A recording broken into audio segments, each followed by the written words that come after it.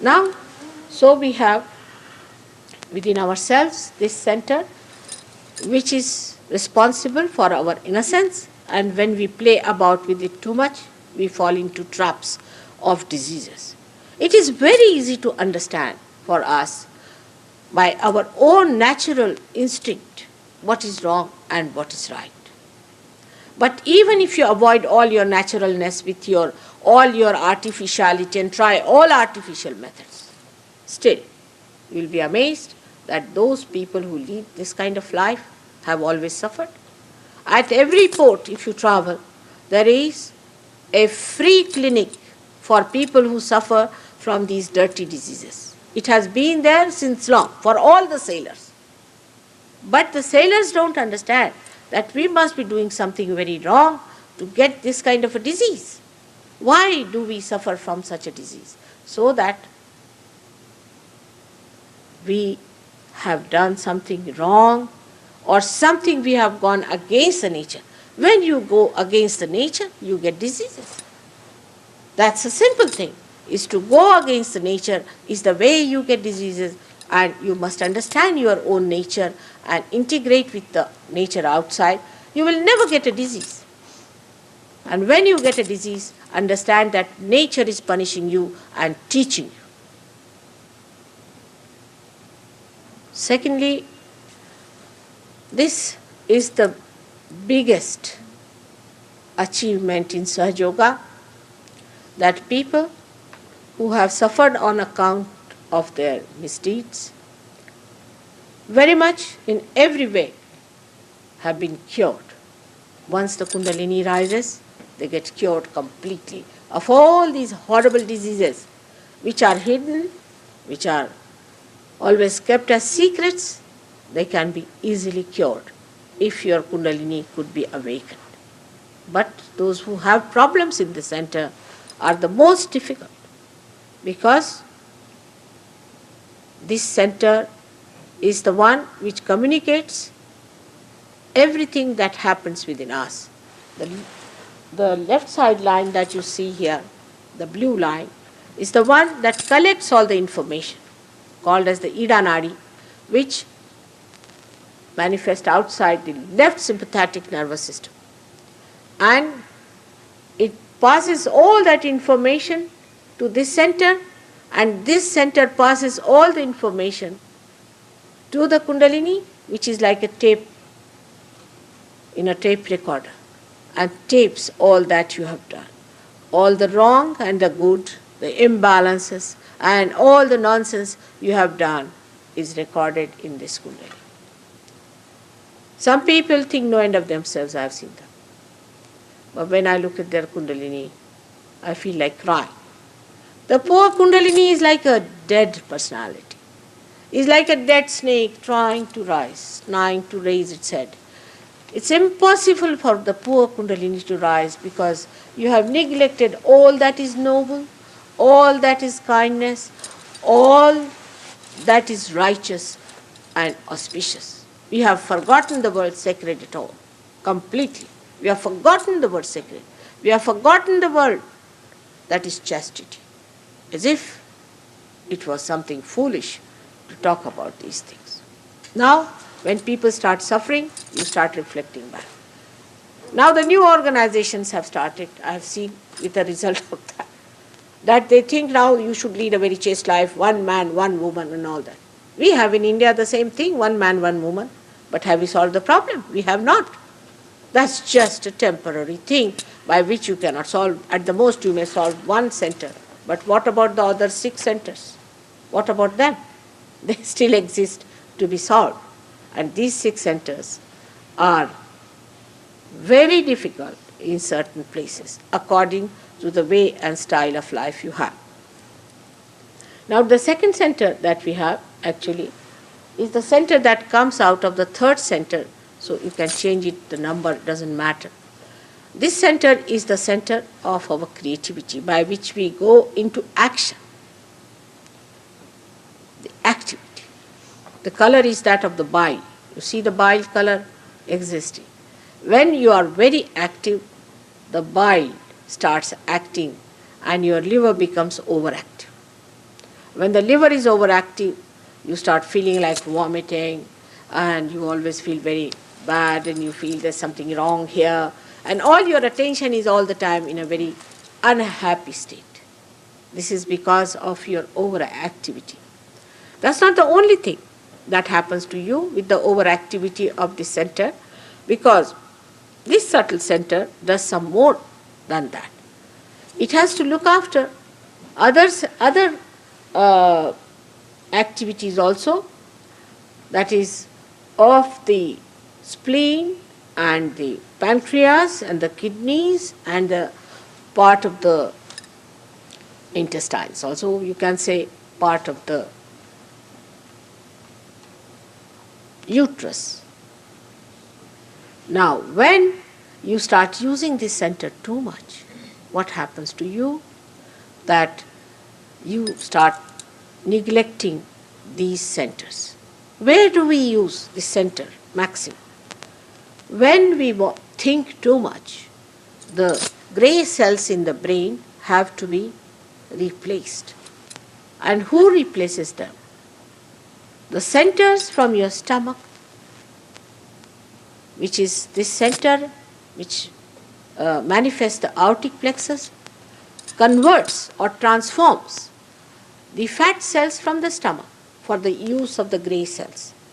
And when you start thinking too much, when you are futuristic, you are planning too much, then the whole extreme behavior puts you out of gear. And that's how you start developing all these problems.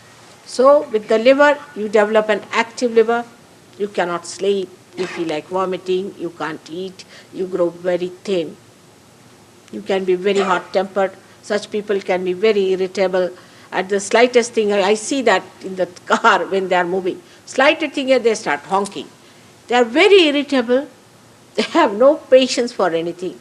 They are very angry people, hot-tempered, aggressive. All other these things suffer, so you get diabetes. If you are not very hot-tempered, if you don't know how to give vent to it, then you get diabetes. You develop diabetic temperament with this right-sidedness. Those who are overactive people mostly get diabetes. The reason is they cannot show their temper. If they are in the business, they have to be very sweet with everyone. And there's a temper burning inside. They have to be extremely good and very gentlemanly, otherwise they'll lose the money. So the temper is inside, all boiling up. Here you have to be very nice. At the back you may say all kinds of abuses. But outside you have to be extremely sweet. At that time, what to do? You get this horrible diabetes because your pancreas gets out of order. Then the third thing that happens, which is a very, very serious thing, which is very serious, very common in your country, is leukemia. And that takes place as a result of a very hectic spleen. Spleen in you is the speedometer. And when a person, say for example, our modern life is such, we drink, first of all, nicely spoil our liver. See to it that it is completely spoiled. Then we take some drugs to sleep. Then we cannot get up in the morning because there are hangovers naturally. So we get up about the time when the birds are about to retire, say about 9 o'clock or so. Then we somehow get into our clothes, if possible, and rush to the car, start driving. The wife brings the food, something like a sandwich or whatever it is, putting that in the mouth. We are driving. There's a jam on the road, so we are cursing everyone. And here we are eating food, we are cursing people, we are thinking about the office, all kinds of emergencies at the same time. At one emergency only, this poor spleen has to work so hard to produce the blood cells. And when you put so many emergencies on that, you can imagine the poor spleen, what can happen to it. It just goes, it doesn't know what to do, it becomes crazy. You are crazy and the spleen is crazy. And the parents who are like that give their trouble to their children. Because they make their children very funny too. You must sit here, you must eat like this. Carpet is spoiled, now better clean it. The carpet is more important than the child.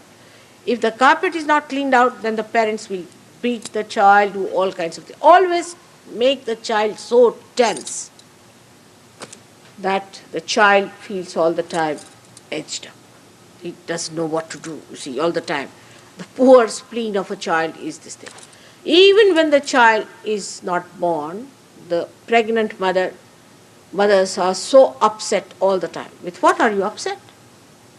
Oh, the milkman came and this happened and that happened. The telephone came at the same time and here it is, I had to receive somebody and there's a bill. All these modern things just make the women crazy worse than the men sometimes because they can't bear it. And then at that time the child gets the problem. And that's how they are born with leukemia. Just imagine, it is such a simple thing to lead a life of simplicity. You need not be that complicated. What is the need to be that complicated? I don't understand. All these complications we human beings have made, isn't it? Like, now I'm wearing a sari, then I must have a matching blouse, I must have a matching shoe, I must have a matching purse, I must have my matching hair, matching eyebrows, matching everything. If it is not matching, then I'm nervous. All these stupid norms we have created just to make ourselves miserable for nothing at all. So the young people decided, oh, get out of it. This is all nonsense. So let's have anti-culture. That's another extreme. Take drugs. Imagine, to compensate for this madness, take to another madness. Like one boy came to see me, and he was all smelling, you see, had all lices in the head, with hair like that, son of a very rich man I knew about. Horrible, you see, could not make him sit in the drawing room smelling like a dirty pig, I tell you. And I asked him, my child, because I knew the father very well, a very well-off man, as a managing director of a very big shipping company. I said, why are you like this? What's the matter with you? Why can't you be normal? He said, I am trying to become primitive. I said, why? Because they are simple people. But I said, your brain is not simple. It is a modern brain. By growing hair like that and putting lices in your head, you don't become primitive. It is absolutely outside. This is not the way you are going to be a simple person. You see, he was wearing pants with cuts in that and all that. I said, by this, how are you going to cut your brain, which is so modern, which is so complicated, which is thinking all the time about the future? This is all outside, don't you see this? And you have become so horrid that you cannot meet normal people at all. So I made him go into the bathroom, have a bath, I gave him a change and made him a proper person, and then I gave him a realization. Now he's a normal person. Given up all his drugs, everything, he's a normal man, behaving all right. But sometimes they come in a coma. And still with that mental projection that they have become primitive, they said, we are very happy. Let us die like this. They are waiting for their doomsday, most of them tell us. Oh, the doom has to come in any case. That will solve all our problem. Look at this. From this to that madness, I cannot understand. It's a very common theme these days, that the doomsday has to come and we are all going to be solved. You see, they are all going to be taken up like this and put in the God's kingdom because they have become primitive. This is the idea. There are some who believe that if they are preaching, if they are talking big about God, they will be there. Christ has said very clearly, you will be calling me Christ, Christ, and I will not know you. Do we think about why did he say so? So don't live in a mythical world. Come to reality and face it. That you are to be born again, that Kundalini has to be awakened, and that you have to feel the cool breeze of the Holy Ghost out of your head and out of your hands. This is the first time you feel the all-pervading power, as I told you yesterday. Now I met all kinds. So there is one fellow, very ego-oriented, came to me.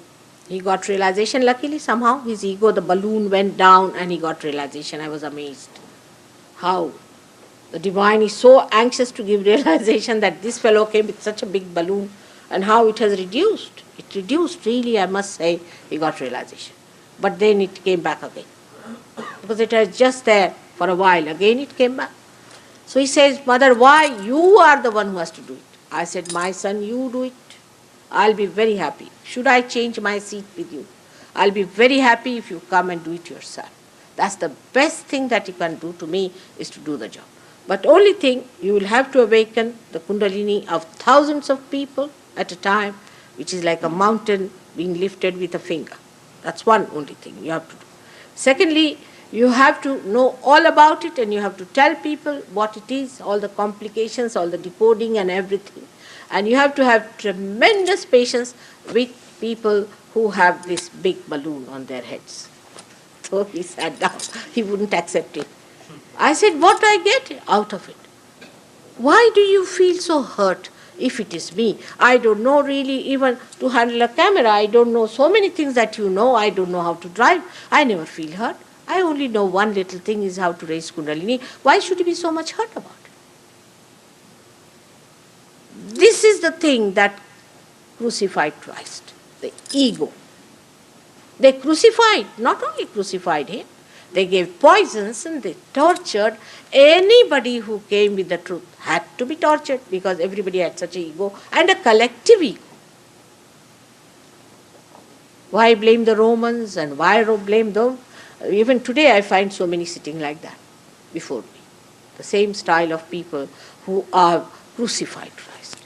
Now, so this is the kind of people who are very ego-oriented, and when this center works fast, the ego starts rising like a byproduct, as you see in the head, that yellow stuff which is horrid. But when you start seeing it, you see the joke, that this is the one which makes us stupid. This is the thing which has really made us idiotic. Otherwise, we were normal people. And then you want to run away.